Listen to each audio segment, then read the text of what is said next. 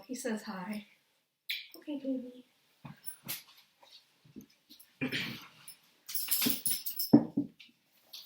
Look at Crowley, doing 110 miles per hour on the M40 headed toward Oxfordshire. Even the most resolutely casual observer would notice a number of strange things about him. The clenched teeth, for example, or the dull red glow coming from behind his sunglasses. And the car. The car was a definite hint. Crowley had just started the journey in his Bentley, and he was damned if he wasn't going to finish it in the Bentley as well. Not that even the kind of car buff who owns his own pair of motoring goggles would have been able to tell that it was a vintage Bentley. Not anymore. They wouldn't have been able to tell that it was a Bentley. They would only offer 50-50 that it had ever even been a car. There was no paint left on it for a start. It might still have been black where it wasn't a rusty, smudged reddish brown, but this was a dull charcoal black. It traveled in its own ball of flame like a space capsule, making a particularly difficult re-entry. There was a thin skin of crusted metal rubber left around the metal wheel rims, but seeing that the wheel rims were still somehow riding an inch above the road surface, this didn't seem to make an awful lot of difference to the suspension.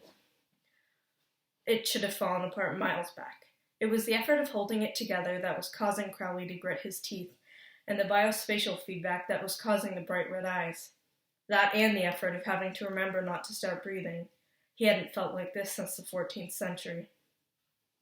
The atmosphere in the quarry was friendlier now, but still intense. "You've got to help me sort it out," said Adam. "People have been trying to sort it out for thousands of years, but we've got to sort it out now." They nodded helpfully.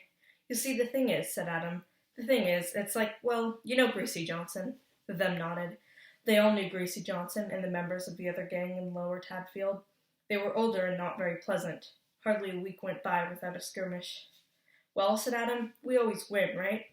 "Nearly always," said Wensleydale. "Nearly always," said Adam, "and more than half, anyway," said Pepper. "'Cause you remember, when there was all that fuss over the old folks' party in the village hall when we—" "That doesn't count," said Adam. "They got told off just as much as us. Anyway, old folks are supposed to like listening to the sound of children playing. I read that somewhere. I don't see why we should get told off, 'cause we've got the wrong kind of old folks." He paused. "Anyway, we're better than them." "Oh, we're better than them," said Pepper. "You're right about that. We're better than them, all right. We just don't always win." "Just suppose," said Adam slowly, "that we could beat them properly, get them sent away or something. Just make sure there's no more old gangs in Lower Tadfield apart from us. What do you think about that?" "What, you mean he'd be dead?" said Brian. "No, just gone away." The them thought about this. Greasy Johnson had been a fact of life ever since they'd been old enough to hit one another with a toy railway engine.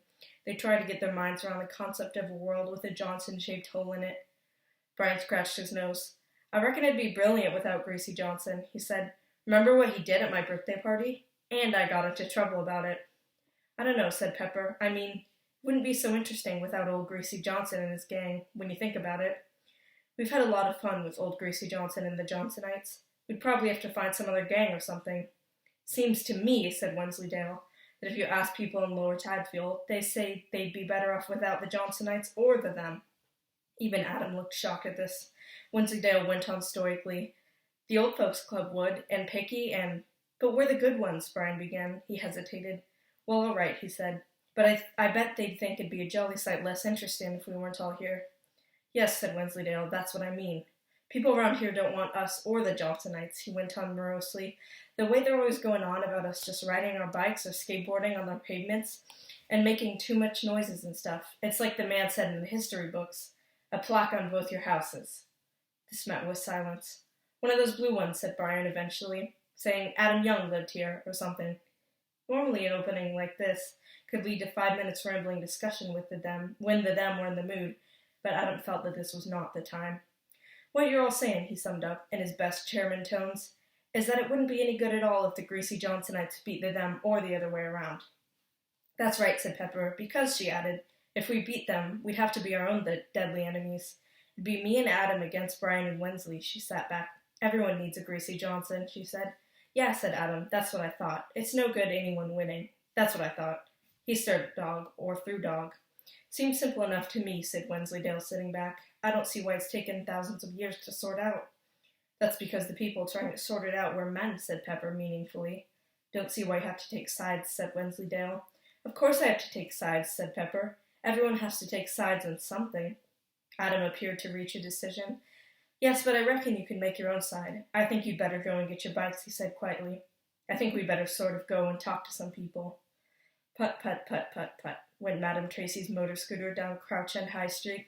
It was the only vehicle moving on a suburban London street, jammed with immobile cars and taxis and red London buses. I've never seen a traffic jam like it, said Madame Tracy. I wonder if there's been an accident. Quite possibly, said Aziraphale, and then, Mr. Shadwell, unless you put your arms around me, you're going to fall off. This thing wasn't built for 2 people, you know. 3, muttered Shadwell, gripping the seat with one white-knuckled hand and the thundergun with the other.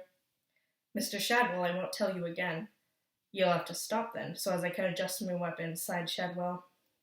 Madame Tracy giggled dutifully, but she pulled over to the curb and stopped the motor scooter. Shadwell sorted himself out and put 2 grudging arms around Madame Tracy while the thundergun stuck up between them like a chaperone. They rode through the rain without talking for another 10 minutes, put, put, put, put, as Madame Tracy carefully negotiated her way around the cars and the buses. Madame Tracy found her eyes being moved down to the speedometer, rather foolishly, she thought, since it hadn't worked since 1974, and it hadn't worked very well before that. Dear lady, how fast would you say we were going? Asked Aziraphale. Why? Because it seems to me that we would go slightly faster walking. Well, with just me on, the top speed is about 15 miles an hour, but with Mr. Shadwell as well, it must be, about 4 or 5 miles per hour, she interrupted. I suppose so, she agreed. There was a cough from behind her. Can you not slow down this hellish machine, woman? Asked an ashen voice. In the infernal pantheon, which it goes without saying Shadwell hated uniformly and correctly, Shadwell reserved a special loathing for speed demons. In which case, said Aziraphale, we will get to Tadfield in something less than 10 hours. There was a pause from Madame Tracy, then, how far away is this Tadfield anyway? About 40 miles. Said Madame Tracy, who had once driven the scooter the few miles to nearby Finchley to visit her niece, but had taken the bus since because of the funny noises the scooter had started making on the way back. We should really be going at about 70 if we're going to get there in time, said Aziraphale. Sergeant Shadwell? Hold on very tightly now. Put, put, put, put, put, and a blue nimbus began to outline the scooter and its occupants with a gentle sort of glow, like an after-image, all around them. Put, put, put, put, put, put, and the scooter lifted awkwardly off the ground with no visible means of support, jerking slightly until it reached a height of 5 feet more or less. Don't look down, Sergeant Shadwell, advised the Aziraphale.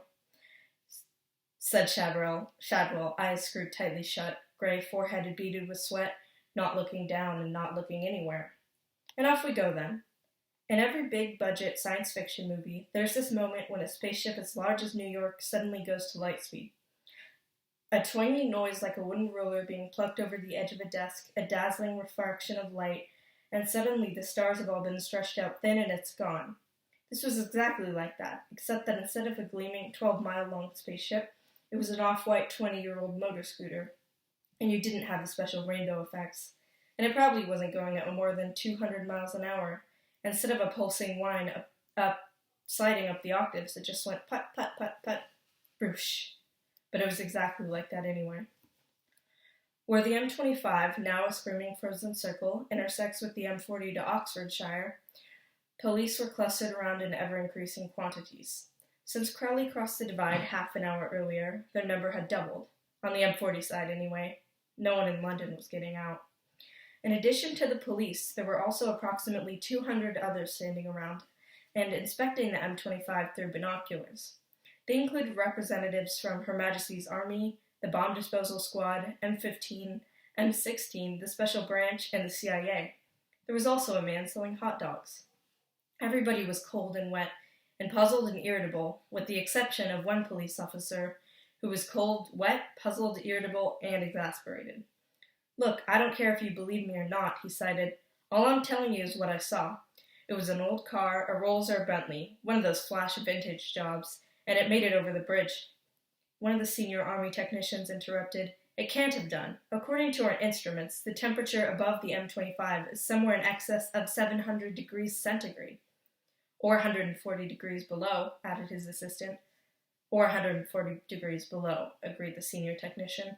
There does appear to be some sort of confusion on that score, although I think we can safely attribute it to mechanical error of some kind.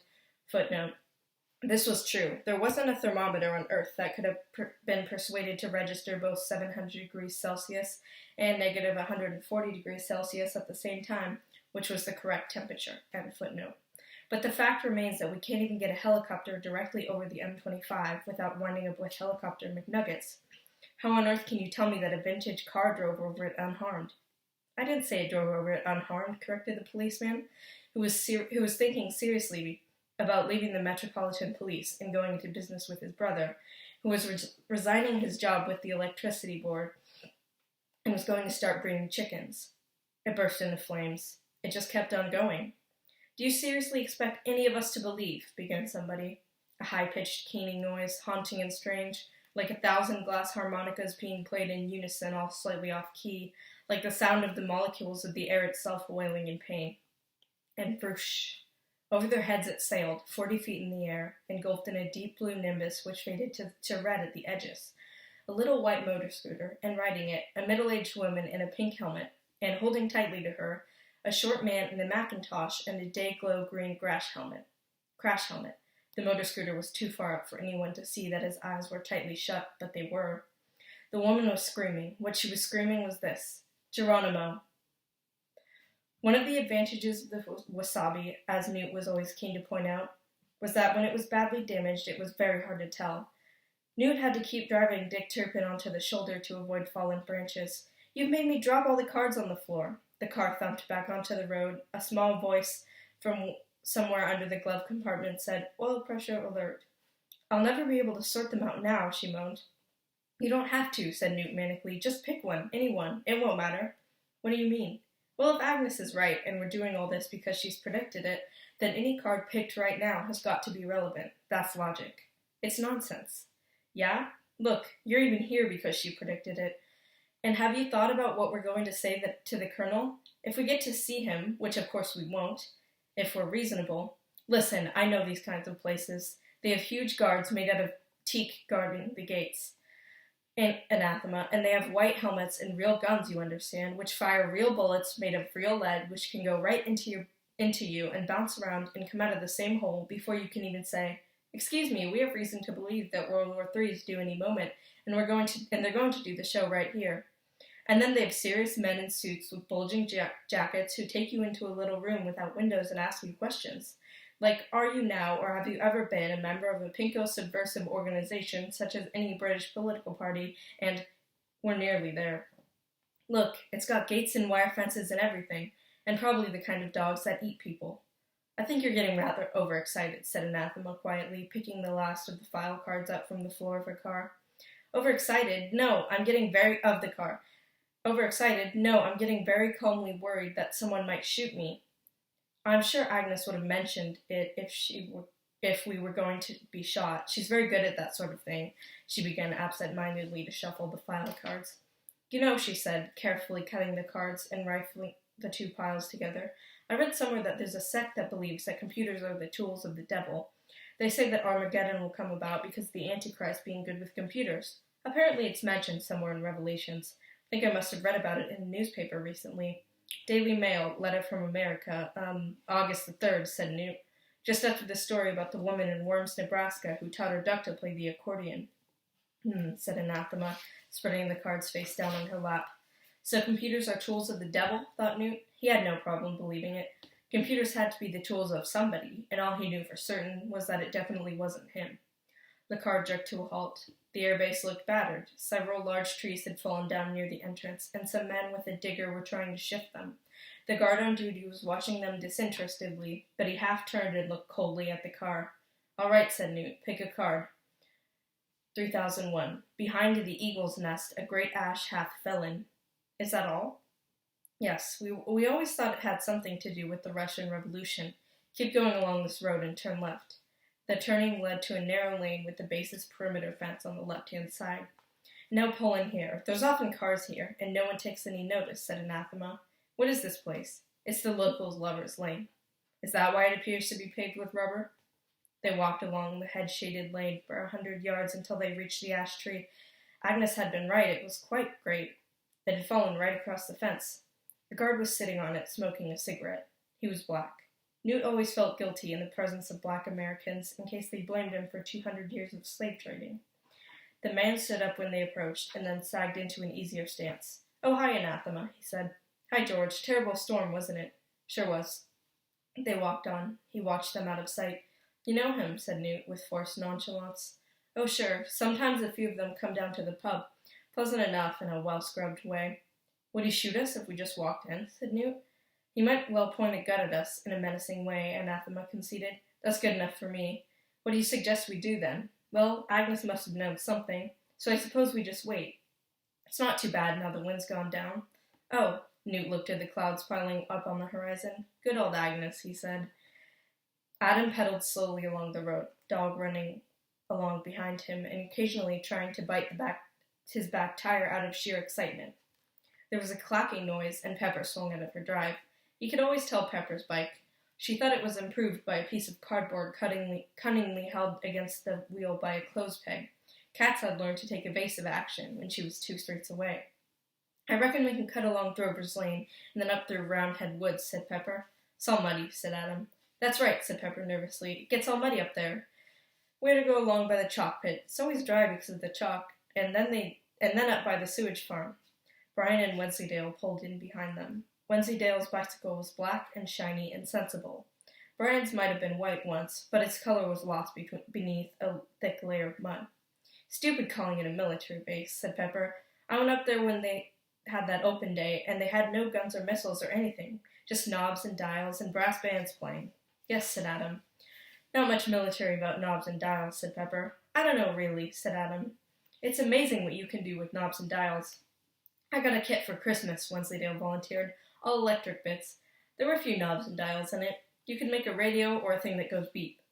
"I don't know," said Adam thoughtfully. "I'm thinking more of certain people patching into the worldwide military communication network and telling all the computers and stuff to start fighting." "Of course," said Brian. "That'd be wicked." "Sort of," said Adam.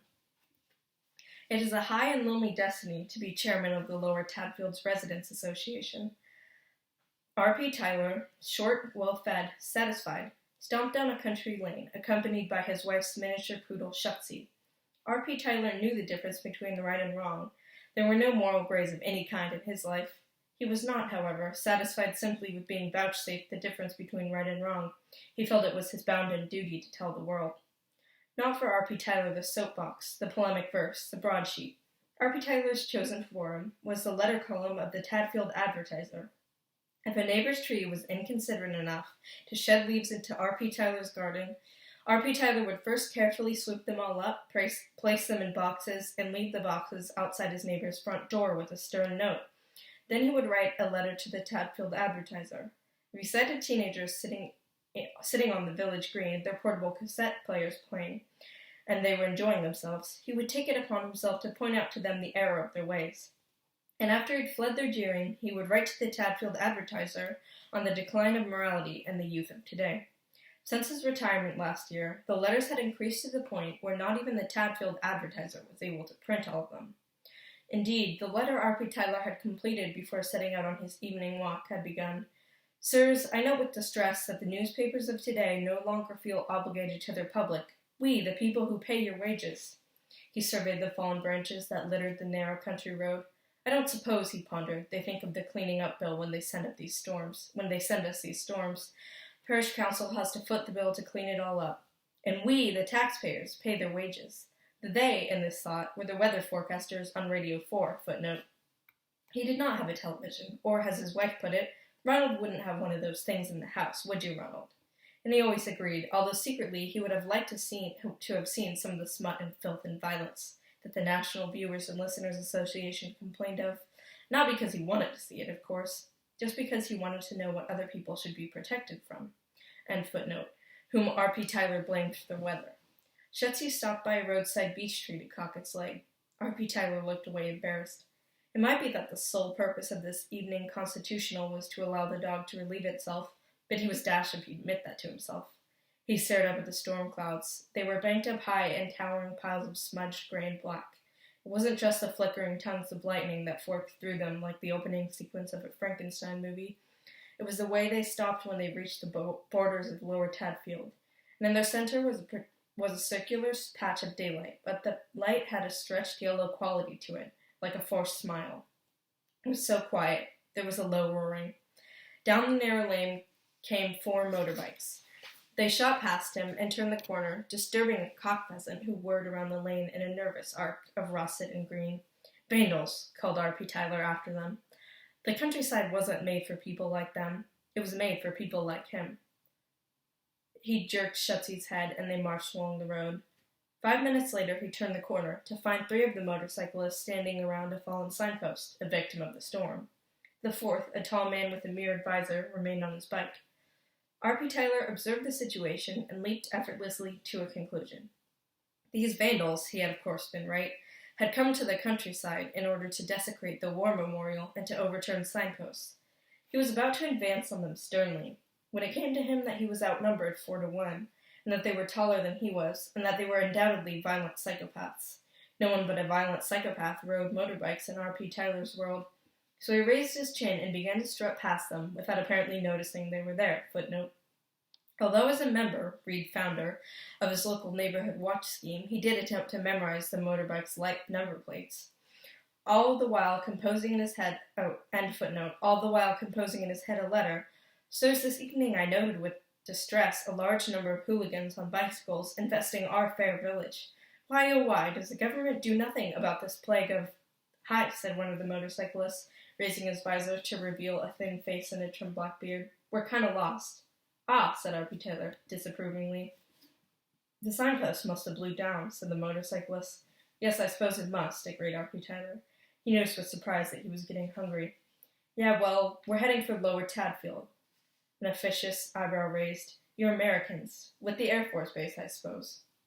"Sirs, when I did national service, I was a credit to my country. I noticed with horror and dismay that airmen from the Tadfield Air Base are driving around our noble countryside dressed no better than comic thugs. While I appreciate their importance in defending the freedom of the Western world—" Then his love of giving instructions took over. "You go back down that road for half a mile, then first left. It's in a deplorable state of disrepair, I'm afraid. I've written numerous letters to the council about it. Are you civil servants or civil masters? That's what I ask them, after all. Who pays your wages? Then second right, only it's not exactly right. It's on the left, but you'll find it bends round toward the right eventually. It's signposted Port's Lane, but of course it isn't Port's Lane. You look at the Ordnance Survey map, you'll see. It's simply the eastern end of Forest Hill Lane. You'll come out in the village, now you go past the Bull and Fiddle. That's a public house. Then when you get to the church, I pointed out to the people who compile the Ordnance Survey map that it's a church with a spire, not a church with a tower. Indeed, I've written to the Tadfield Advertiser suggesting they mount a local campaign to get the map corrected, and I have every hope that once these people realize with whom they are dealing, you'll see a hasty U-turn from them. Then you'll get to a crossroads. Now, you go straight across that crossroads, and you'll immediately come to a second crossroads. Now, you can either take the left-hand fork or go straight on. Either way, you'll arrive at the airbase. Although the left-hand fork is almost 1/10 of a mile shorter, and you can't miss it. Famine stared at him blankly. Not sure I got that," he began. "I did. Let us go." Schutsy gave a little yelp and darted behind R.P. Tyler, where it remained shivering. The strangers climbed back onto their bikes. The one in white, a hippie by the look of him, thought R.P. Tyler, dropped an empty crisp packet onto the grass shoulder. "Excuse me," barked Tyler. "Is that your crisp packet?" "Oh, it's not mine," said the boy. "It's everybody's." R.P. Tyler drew himself up to his full height. Footnote, 5'6", end footnote. "Young man," he said, "how would you feel if I came to your house and dropped litter everywhere?" Pollution smiled wistfully. "Very, very pleased," he breathed. "Oh, that would be wonderful." Beneath his bike, an oil slick puddled a rainbow on the wet road. Engines revved. "I missed something," said Ward. "Now, why are we meant to make a U-turn by the church?" "Just follow me," said the tall one in front, and the 4 rode off together. R.P. Tyler stared after them until his attention was distracted by the sound of something going clack, clack, clack. He turned. 4 figures on bicycles shot past him, closely followed by the scampering figure of a small dog. "You, stop!" shouted R.P. Tyler. He then braked to a halt and looked at him. "I knew it was you, Adam Young, and your little, cabal. What, might I inquire, are you children doing out at this time of night? Do your fathers know you're out?" The leader of the cyclists turned. "I can't see how you can say it's late," he said. Seems to me that if the sun's still out, then it can't be late."